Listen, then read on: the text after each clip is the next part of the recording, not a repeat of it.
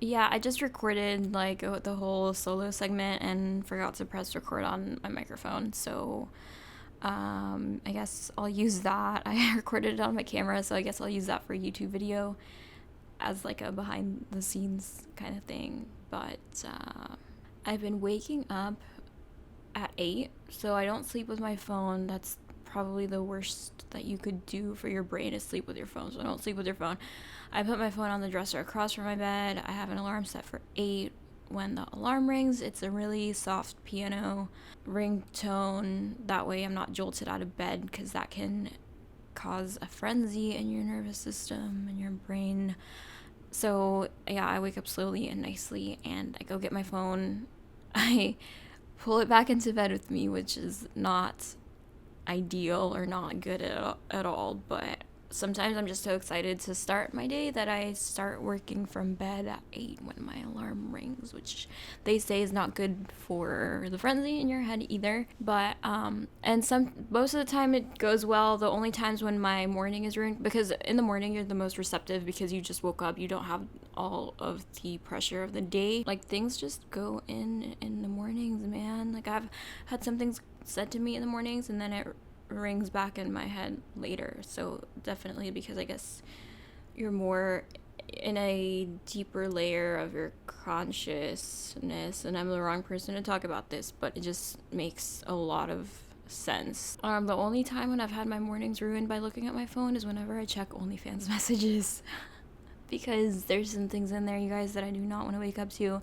So I try to avoid OnlyFans when I first wake up in the morning. I've been sitting on my phone every morning now that I think about it. But not like sitting on my phone, like working on my phone. Like, I'll check my emails, I'll check my notifications, I'll save some posts for inspo on Instagram, I will schedule tweets, and then after that, after I come to a stopping point, I think about my day, and then I go downstairs and I oil pull for 10 to 20 minutes while I make my breakfast. Sometimes it's a lot. I think I've gotten in the rhythm of oil pulling and cooking breakfast now, so it goes by easier. That's the thing with habits, is the more you do them, the less they become painful to execute. So because your brain remembers the steps, so now you don't have to, it's like muscle memory kind of, but yeah, with habits. And then honestly, my routine has just been to work or work out. I started working out in the mornings before I started anything, but working out feels like a fun thing to me, so I started kind of like doing my workout, and then I'll stay on the mat and do flexibility training, stretching,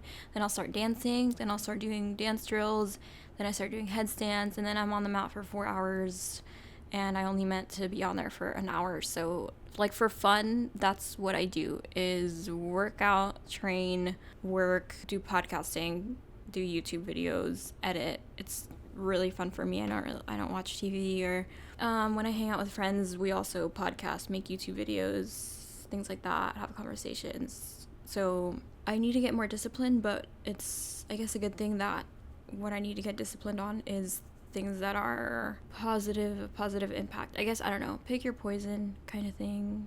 But I'm glad I've come to a point where I'm okay with not being perfect every day. I think a lot of you get mad at yourselves for not sticking to habits or doing things, or it just makes you feel bad about yourself. But you just have to start small and not overwhelm yourself, because if you start with a new morning, day, night routine, your brain's gonna get exhausted because it's not used to doing so many things. So start small, like super small. Like if it means setting a timer and then getting up, turning it off, and then going back to sleep, if you need to start there, I think that's a good starting point, because that's where I'm starting. That's where I started a couple weeks ago whenever I was off schedule. And now I'm doing better because I don't fall back asleep after I go and get my alarm. I just get my alarm, go back into bed, do some work, and then I get up. But I don't fall back asleep, which is a step. It took me about a week to stop going back to sleep after 8, and I go to sleep around 11 or 12. But I don't sleep with my phone. That's the worst thing that you could do to yourself. Hold on, let me stand up and shake it out, because I feel like I just talked for a long time. I've been talking for 20 minutes, but only actually recording on my microphone for 3. If you're watching this on YouTube, please like and subscribe. And if you're on Anchor, please subscribe on Spotify and Apple Podcasts. Leave a 5-star review. My merch for Tough Luck Podcast is coming soon. For example, this sweater, it's a girl sweater. It reminds me of PE when I was in middle school, and that's kind of the feel I was going for. I don't know why. I just think it's cool. And the front of the sweater says, "The world owes you nothing. It was here first," which aligns perfectly with the concept of tough luck, that is overcoming hardships and taking responsibility for your future. And then the sleeve says tough luck, and then the other sleeve has a white rock pattern, which I thought was really cool because the line, "The world owes you nothing, it was here first," also refers to nature, which you guys know I'm really big on the natural state of things. I try to minimize everything to the most natural form of it. As far as food and products that I use, I print all of my merch through Printful. It is an online print-on-demand platform where you can design your own merch on there. You just upload your design. You can even use their designs or their text, and then people purchase it from their store, and then Printful takes care of the order fulfilling without you having to hold inventory or anything like that. It gives you the freedom to experiment with your designs and see what people like and what people don't, and you don't have to worry about the inventory like not selling or things like that, because I've lost a lot of money that way. But sign up to create your own Printful store with my link, and if you use my link, I will walk you through every step of the process through a Zoom call. My link is down below. So to create your own merch store, go to the link down below, use my link, and I will help you guys out. So the Tough Luck merch is not only a sweater, but it has matching sweatpants, because who does not like a cute matching sweat set? I don't know who doesn't. The side of the pants says Tough Luck on it, and then the other side says "The world owes you nothing." Again, to humble ourselves a little bit and to not feel entitled, which I'm great at. I think if anything, I tend to feel like I'm not deserving of things that I am deserving of, and that's what's caused me a lot of hurt in the past, which so feeling like, well, I don't deserve that, I'm not good enough for that, but it's also really built my character to who I am now, which I'm a lot better. I do plan on making a YouTube video on how I went from being the quiet, shy girl to now being exuberantly confident and not being afraid to say whatever I want in a room.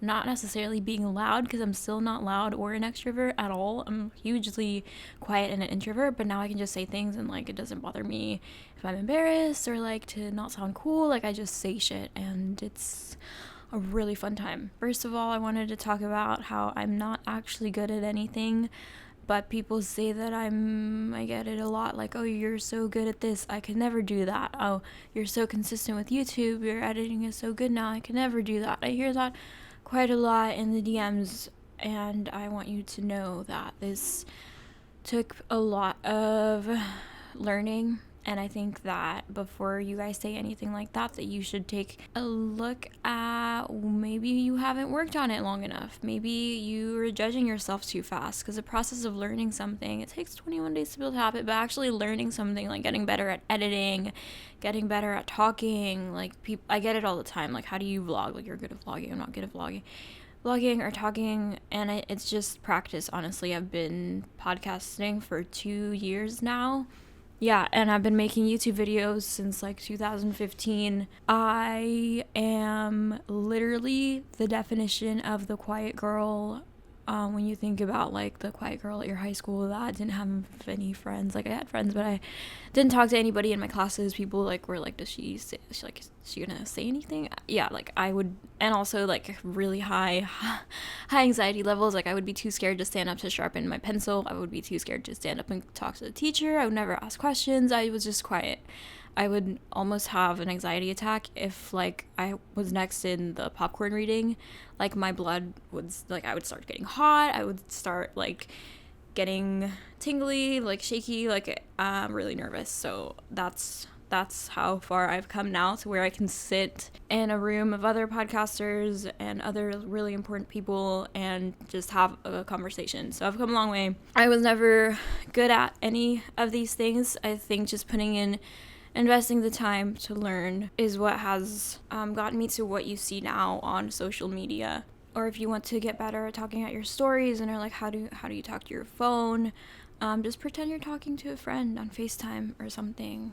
You won't get better at it by not doing it. It just takes time, and don't give up before you start seeing any results. I think with any venture that I've gone into, the experts are like, people give up way too fast, because if you don't see any ROI in the first couple of months, it pushes people away. But I think I'm just now starting to see a return on my YouTube videos. I'm actually going to make a YouTube video on how much YouTube paid me in 2020, and it was definitely less than $100, but the amount that I made per month and now the amount that I'm making per month now has gone up a little tiny bit, and it gets me so excited because I know it's going to be a snowball effect, which is usually the thing with most ventures, companies, projects that you work on. It's not going to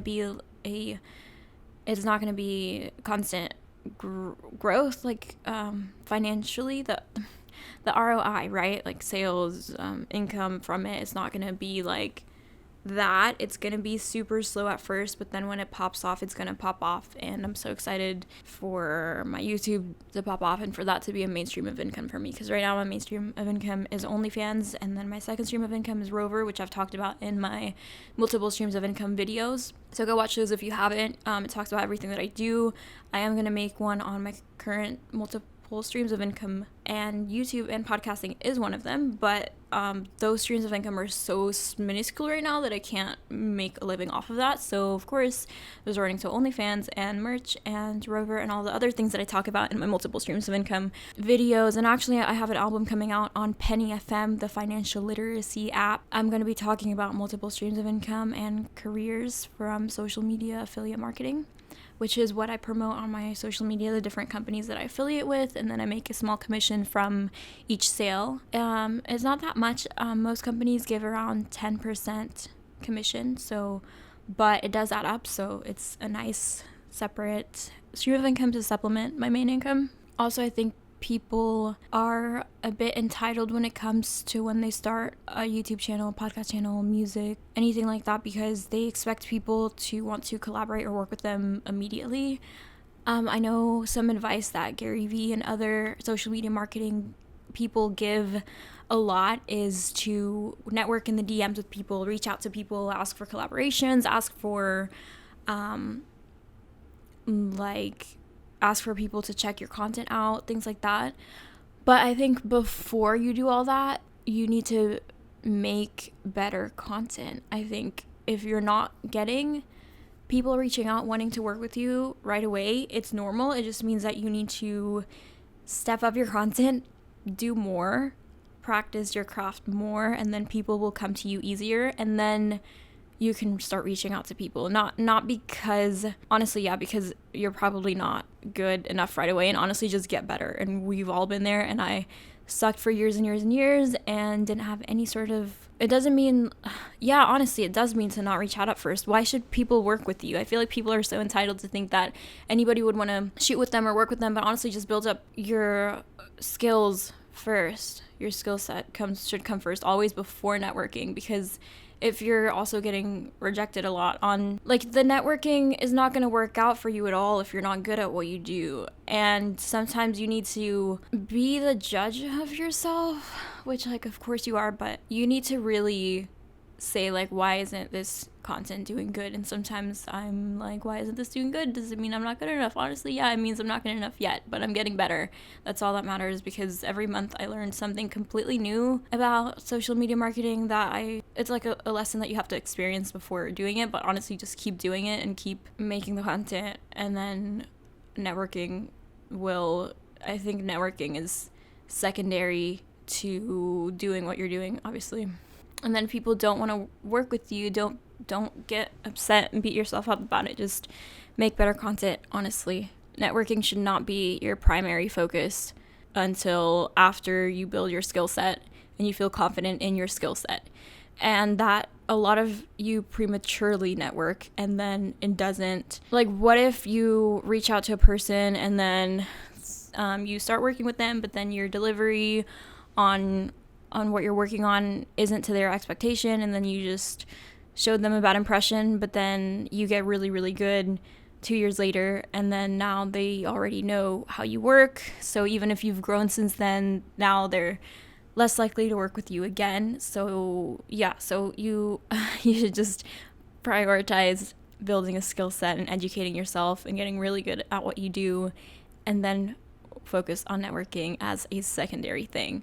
Something that I've learned recently with YouTube, and also because I took a blogging course, so I learned the importance of search engine optimization, which is SEO. I'm sure you've heard that phrase acronym floating around. It stands for search engine optimization, and it means how searchable is your content, like what you need to pay attention to, what is searchable on the internet. So Google is the number 1 search engine, YouTube is the number 2 search engine, and I started putting, for example, the description on YouTube is searchable, the title on YouTube is searchable, the tags, but captions on Instagram are not searchable. So that's more for your audience to read and enjoy the content, but there's no way to search for a caption on Instagram. On Instagram, your name is searchable, your @name, and hashtags, and I think that's it. As far as I'm concerned, if I'm wrong, please let me know. But for YouTube, it's going to be searchable on the internet forever. Same with blogging. A blog article is very searchable, and that'll open up more people to look at your content, which is why I'm so big on YouTube, is because people can search for it forever, versus Instagram. It's like your feed post is there for a couple of days, maybe it'll hit the explore page a couple times, but after its run is done with going viral, then it's pretty much done. There's no way to search it unless if someone scrolls down a hashtag or something like that, or it starts trending again by multiple people sharing at the same time. Twitter is also very searchable. All the tweets are searchable, and your account is searchable too. So that's also why I focus on Twitter, using keywords around my niche and around my content. So think about that before you create content. Like, pay attention to what platform you're paying a lot of attention to, because you could be putting it elsewhere, something that's gonna actually last and be pulled up by your audience. I realized that my audience from YouTube is not coming from Instagram at all, and the videos that I've made that are searchable are really exciting to see grow. When I focus on the description on YouTube, use your keywords several times. For example, my video on getting my first Brazilian wax, that I thought the traffic was coming from Instagram. It almost hit 1,000 views in the first 2 days, which is really big for me, because other videos that I posted like 3 days ago only have 50 views. So this one is almost at 1,000 now, and I thought it was coming from Instagram, and I was like, damn, you guys really want to see like me getting my vagina waxed. But when I looked at my analytics, which are very helpful, by the way, if you are a content creator, please check your analytics. They're so informative. It tells you literally where people are coming from, and where people were coming from for this video was the YouTube search. That's just goes to show, if you have all your keywords, if you have your title and your description to mention what this video is about several times, then it'll pull up, the algorithm will pull it up more when people search for that specific keyword, which probably was Brazilian wax or something like that on YouTube. I'm not sure. I need to look at what keywords people were searching for. But I know with YouTube, it's going to be like when it pops off, it's going to pop off, and I'm so excited. Versus Instagram, it's like you don't know, and it's just like you have to keep posting. Versus I've had some YouTube videos that do really shit in the first month, and then the next month they start getting a lot of traction. Just like the how I monetize my Instagram and 30,000 followers video. It's now almost at 10,000 views, which is great, even though I posted it last year. So yeah, posting searchable content has been a huge thing that I've learned towards the end of the year last year after I took the blogging course, and so important to keep in mind if you're a content creator or a business. If you're honestly just social media marketing, I think, and being a content creator goes hand in hand with being an entrepreneur and a business, because if you are a business, and then also businesses need social media marketing. Okay guys, that's all for today. Again, please go check out my merch that's not out yet. So I'm actually trying to figure out how to set up my Instagram shop connected to my Facebook page, but it keeps saying that there's an error, and I just like have created 2 new Facebook pages, and it's just a big mess. I don't know, like, if my Instagram is locked from creating a Facebook store, because I've tried for literally a year to add a shop to my Instagram and it's not working. It just keeps saying error. It's not like something that I can fix, so I need to contact support or something if they have that. But anyways, if you want to create your own Printful merch store, do so with my link below, and I will give you advice. I actually used to work at a print-on-demand warehouse as a manager, so I know the ins and out of the merchandising industry, and I will help you out if you use my link to create your own merch store. Make sure you're subscribed to my podcast on Spotify and Apple Podcast, and leave a 5-star review if you got any value out of this. Share this to your story, and follow me on Instagram at DesantiCarden. Thank you so much for listening to segment 27, which is incredible. Okay, bye guys.